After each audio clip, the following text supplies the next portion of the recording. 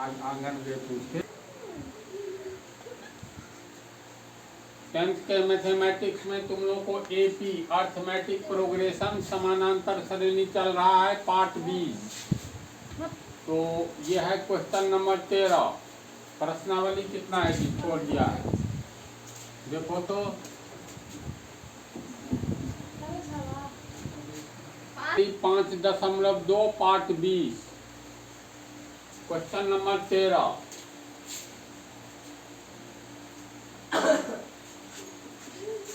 तीन अंकों वाली कितनी संख्याएं 7 से विभाज्य है, यानी 3 अंकों वाली कितनी संख्याएं होती है, पहले इस पर आओ। तो 3 अंकों वाली संख्याएं शुरू कहाँ से होती है और अंत कहाँ होती है? इसका आंसर है, देखो 97 के बाद 98, 99, 1, 2 अंकों वाली संख्या है। 99 पर 2 अंकों वाली संख्या समाप्त हो जाती है ना जी। 99 के बाद 100, 101, 102 इस तरह बढ़ते जाएंगे तो अंत में आएगा 998, 999, इसके आगे 1000। तो 1000 लिखते हैं तो इसमें गिनती करो 1, 2, 3, 4। 1000 से 4 अंकों की संख्या शुरू होती है और 100 से पहले 2 अंकों वाली संख्या है। इसका मतलब है 3 अंकों वाली संख्या 100 से शुरू होती है और 999 पर समाप्त होती है। तो 3 अंकों वाली संख्याएं ये है 100, 101, 102, 103, 104 कहोगे इतना क्यों लिखते हैं? तो कारण है 105 डॉट डॉट डॉट आगे की ओर जाओगे तो आएगा 112, फिर आएगा ना, इससे पहले 111 ऐसे करके है ये 105 साथ 112। हाँ, इसी तरह होते होते अंत में कितना आएगा? 998, इसके आगे 999। तो 3 अंकों वाली संख्याएं 100 से शुरू होकर 999 पर समाप्त होती है। प्रश्न के अनुसार 3 अंकों वाली कितनी संख्याएं 7 से विभाज्य है, यानी 7 से पूरा पूरी कट जाती है? तो बोलो 100 में 7 से भाग देंगे, कटेगा नहीं। 14 सत्य 98, इसके बाद 14 कहने के बाद 15 कहना है, 15 सत्य 105। इसमें 7 से भाग दोगे शेष 2 बचेगा, इसमें 3 बचेगा। होते होते ये जो देखोगे तो ये 7 से कटने वाली पहली संख्या है। 3 अंकों की 7 से कटने वाली पहली संख्या 105 है। आप कैसे? तो भाग दो, 15 के खांच में आता है ना, 7 एकन 7, 3, 5, 7 पंचे 35, पूर्ण रूप से कट गया, यानी पूर्ण रूप से ये पहली संख्या विभाज्य है जो 105 है। अब एक ठो पकड़ लिया 105, तो इसमें सीधे 7 से विभाज्य, तो 7 जोड़ो तो वो आएगा 105 का 7 112। 111 नहीं कटेगा 7 से, लेकिन 112 में 7 से भाग दो तो 16 रिजल्ट आएगा। 7 एकन 7, 4, 2, 7 छक्के 42, पूरा पूरी कट गया। अब 7 जोड़ते जाओ, 112 7, 119, 19 को 7 से भाग देंगे कट जाएगा तो 7 एकन 7, 17 होगा, 4, 9, 7 7 49 कट गया ना, यानी 105, 7 112, 7 119 और 7 जोड़ेंगे तो 126। तो 3 अंकों की संख्या पहले हम लोग लिख लेंगे, फिर 7 से कटने वाली संख्या कैसे पता करेंगे? 100 में भाग दो, 7 से नहीं कटेगा, ये नहीं कटेगा, ये नहीं, सब में शेष रहेगा, ये पूर्ण रूप से कटेगा। इसका मतलब 7 से कटने वाली 3 अंकों की सबसे पहली संख्या 105 हुआ। इसमें हम लोग छटैया करेंगे, जो 7 से कट रहा है तो पहली संख्या होगा 105, दूसरी संख्या 112 तीसरी 119 3 ठो लिख लेंगे, अंत में 2 ठो खोजो। तो डॉट डॉट डॉट अब 7 के अनुसार बढ़ते जाएगा ना। अंतिम है 999 999 में 7 से भाग देंगे तो देखो क्या होता है, नहीं कटेगा। 7 के अनुसार 2 9 7 2 का 28 1 9 7 दूनी 14 शेष बच गया 5, शेष नहीं बचना चाहिए। इसी तरह 998 में 7 से भाग देंगे तो अंत में तुमको शेष यहाँ 5 बताना, इसमें 4 बचेगा। एक घटाए तो शेष में से 1 घटाओ, अब टेस्ट कर लो। 7 के अनुसार 2 9 7 चौका 28 1 8 उतरा 7 दूनी 14 शेष में 4 बता। फिर 998 से 1 पहले आएंगे तो 997 में 7 से भाग देंगे, 1 फिर घटाए तो शेष में से 1 फिर घटाएंगे तो हर हाल में 3 बचेगा। शेष में कुछ नहीं बचना चाहिए, 0। तो इसका मतलब है 997 से 1 पहले। इतना करेंगे ना टेस्ट, इससे अच्छा है सीधे 3 घटा दो 997 में से। 1 घटाएंगे तो 996 997 से 1 कम 996 और 7 से भाग देंगे तो अंत में रिजल्ट में बचेगा शेष 2। तो फिर 1 घटाएंगे तो 995 हुआ, 1 घटाए तो शेष 1 बचेगा, लेकिन फिर 1 घटाओ तो 1 में से 1 घटाएंगे 0। तो 795 से पहले क्या है 794 794 में 7 से भाग दो, सॉरी 994 7 के अनुसार 2 9 7 चौका 28 शेष में कितना बचा 1 4 उतरा 7 दूनी 14 पूरा पूरी कट गया। इसका मतलब 994 यहाँ इससे पीछे 994 जो है ये अंतिम संख्या है जो 7 से कटेगा। तो 994 अंतिम संख्या है, इसका मतलब आगे वाली इसमें 7 जोड़ देंगे ना तो 994 रुपया में 7 रुपया जोड़ेंगे तो 1001 होगा। अब 1001 कटेगा, लेकिन ये 1 2 3 4 अंकों वाली संख्या है, पूछता है 3 अंकों वाली संख्या। इस तरह हम लोग छटैया करेंगे तो क्या बनता है 105 112 119 अंतिम में 994। तो अंतिम में लिखेंगे 994। अब ये संख्याएं ऐसी संख्याएं हैं जो इससे विभाज्य है 7 से। तो कहता है कितनी संख्याएं हैं, तो ये गिनती में कितना है यही निकालना है। अब ये संख्याएं 7 से विभाज्य है तो देखो तो ये AP है कि नहीं है, दिमाग लगाओ। AP है कितना का अंतर है तो 112 में से 5 घटाएंगे 7, 119 में से 12 घटाएंगे 7, 126 होगा 119 घटाएंगे 7। इसका मतलब कॉमन डिफरेंस कितना हो गया 7। पहला पद 105। कहता है ये कितनी संख्याएं हैं जो 3 से विभाज्य है 7 से 3 अंकों की। मान लेते हैं पदों की संख्या n है, यानी गिनती में n पद है, n का मान 50 आएगा तो 50 कितना बे, तो पदों की संख्या मान लेते हैं कितना n।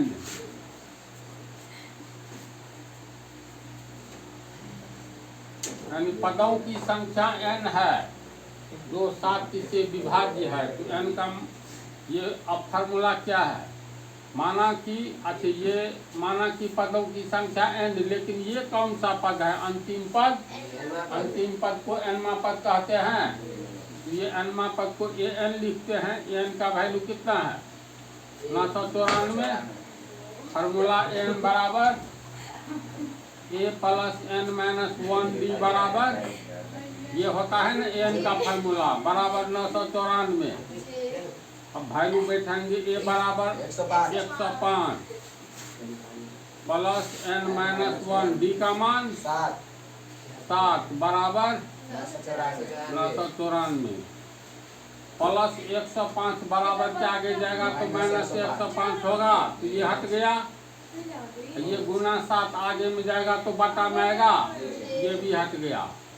तो तुमको हो गया n माइनस 1 बराबर 994 में से 105 घटाओ 889, 8 8 9 सही है ना, 994। हाँ बटा 7 कटेगा, कट जाएगा, 7 एकन 7, 7 एकन 7, 7 दूनी 14, 7 7 49, 127। n माइनस 1 बराबर 127, इसीलिए n बराबर 127 माइनस 1 आगे जाएगा प्लस 1 बराबर 128, यानी n बराबर 128। इसका अर्थ ये हुआ 3 अंकों की संख्याएं 128 है गिनती में, जो 7 से पूर्ण रूप से विभाज्य है। समझा इसको अच्छी तरह?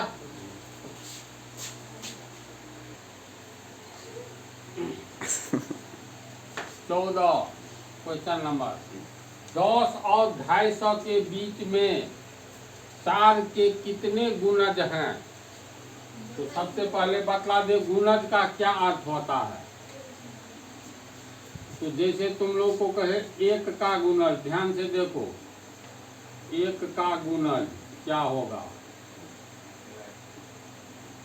फिर 2 का गुणज, समझा? इसी तरह तमाम संख्याओं का गुणज। 1 का गुणज का अर्थ हुआ 1 में 1 से गुना करो, 1 में 2 से गुना करो, 1 में 3 से गुना करो, 1 1 1 दूनी 2, 1 या 3, इस तरह गुना करते जाएंगे। 1 में 1 लाख से गुना करो, होगा ना? ये 1 का गुणज 1 से लेकर के गिनती की तमाम संख्याएं जो कि अनंत तक जाती है। 2 के गुणज का अर्थ हुआ 2 का खांत लिख दो, 2 एकम 2, 2 दूनी 4, 2 तिया 6, 2 चौका 8, इस तरह से ये भी अनंत तक चला गया। 3 का गुणज का मतलब 3 का खांत लिख दो। 25 का गुणज का मतलब 25 का खांत लिख दो। समझ गया? पूछेगा 2 का गुणज 2 है तो है, क्यों है? तो 2 एकम 2, यानी 2 गुने 1 गुने 2 होगा ना। 4 2 का गुणज है तो 2 के खांत में तो आता है 2 दूनी 4, 6 2 का गुणज है। तो अब बोलो 10 का गुणज, बोलते चलो। पहला 10, दूसरा 20, तीसरा 30, इस तरह अनंत तक चला गया। अब क्वेश्चन को देखो, इसमें क्वेश्चन में 10 और 250 के बीच में, इसका अर्थ हुआ कौन कौन सी संख्या चुनेंगे। कहेगा 2 और 8 के बीच की संख्याएं, पूर्ण संख्या गिनती वाला। तो 2 और 8 के बीच में कहता है, तो इसका अर्थ है 2 से आगे 3, 4, 5, 6, 7, ये 2 और 8 के बीच में है। 2 और 8 के बीच का अर्थ हुआ 2 से आगे और 8 से पीछे। तो इसी तरह इसमें दिया हुआ है 10 और 250 के बीच में। तो 10 और किसके बीच में? 250 के बीच में। तो इसके बीच में कितनी संख्याएं आएगी? 11, 12, 13, 14, इस तरह होते होते 248, 249, यही तक आएगा, 250 नहीं। इन दोनों के बीच में तमाम संख्याएं आ गई। तो इन संख्याओं में 4 के कितने गुणज है, यानी 4 से जो पूरा पूरी कट जाए। तो 4 से पूरा पूरी कटने वाली 4, 4 दूनी 8, 4 तिया 12, 4 चौका 16, 4 का खांत पढ़ दो। तो 4 के कितने गुणज? तो पहला इसमें 4 से 11 नहीं कटता है, 12 कट जाता है। तो पहला गुणज 12, फिर 4 चौका 16, 4 पंचे 20, 4 जोड़ते जाओ, 12 4 16 4 20 4 24, इस तरह होते होते ये 4 के खांच में आ रहा है कि नहीं? तो 4 के खांच में आने वाले सब 4 का गुणज कहलाएगा, 5 के खांच में आने वाले सब 5 का गुणज कहलाएगा। तो हमको 4 से काम है ना, तो 11 और 249 तक 4 से भाग दे करके देखेंगे। पहला होगा 12, दूसरा होगा 4 चौका 16, तीसरा होगा 4 पंचे 20, 4 छक्के 24, इसी तरह आगे की ओर बढ़ता जाओ। इसमें देखो तो अंतिम लो तो 249 को 4 काट रहा है तो पता चलेगा नहीं काट रहा है, शेष बच जाएगा। देखो 249 में 4 से भाग देंगे, 4 छक्के 24, शेष 1 19, 4 चौका 16, शेष में 3 बच गया। 248 लेकिन 248 कट जाएगा। 48 में 4 से भाग देंगे, 4 छक्के 24, कट गया 8, 4 दूनी 8, कट गया ना। तो अंतिम संख्या क्या होगा? 248। अब ये जो संख्याएं हैं ये संख्याएं 4 के गुणज हैं, इसमें शंका नहीं न है।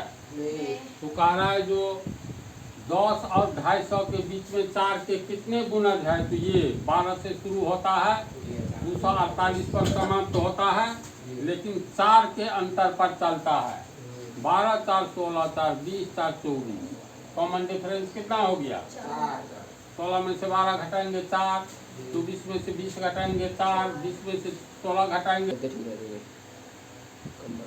तो ये 4 के गुणज हैं।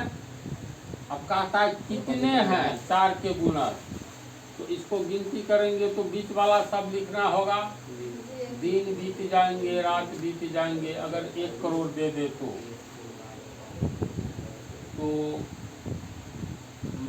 ये जो है गिनती से पहला पद, दूसरा पद, तीसरा पद, चौथा पद ये ज्ञात नहीं है, तो ये कौन सा पद हो गया? nवां पद।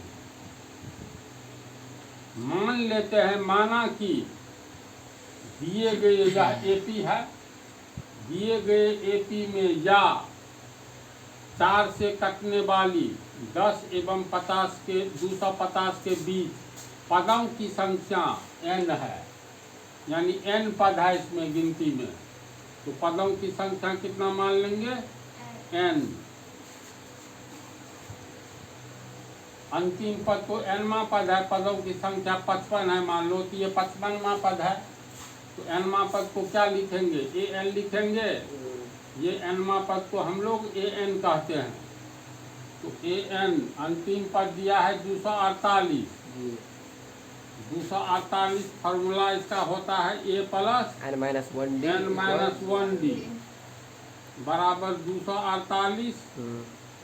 a पहला पद 12 है जी, 12 n ज्ञात करना है, n-1 गुने d का मान 4, कॉमन डिफरेंस तो 4 बराबर 248। ये प्लस 12 आगे जाएगा तो माइनस 12 होगा, प्लस 12 हटा दिए, गुना 4 नीचे में आ जाएगा, 4 हटा दो, बच गया n-1। इसको हल करेंगे, 248 में से 12 घटा 236, 236 बटा 4, 4 से भाग देंगे, 4 पंचे 20, 4 9 36, 59, यानी n-1 बराबर 59, n-1 बराबर 59, इसीलिए n बराबर 59 -1 इधर +1 होगा तो 60, यानी n का मान कितना निकला? 60।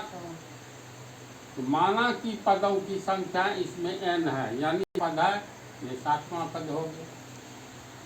समझा आंसर? कितने गुणज है? तो 60 गुणज है। तो ये पाठ समाप्त हुआ। अब अगले पाठ में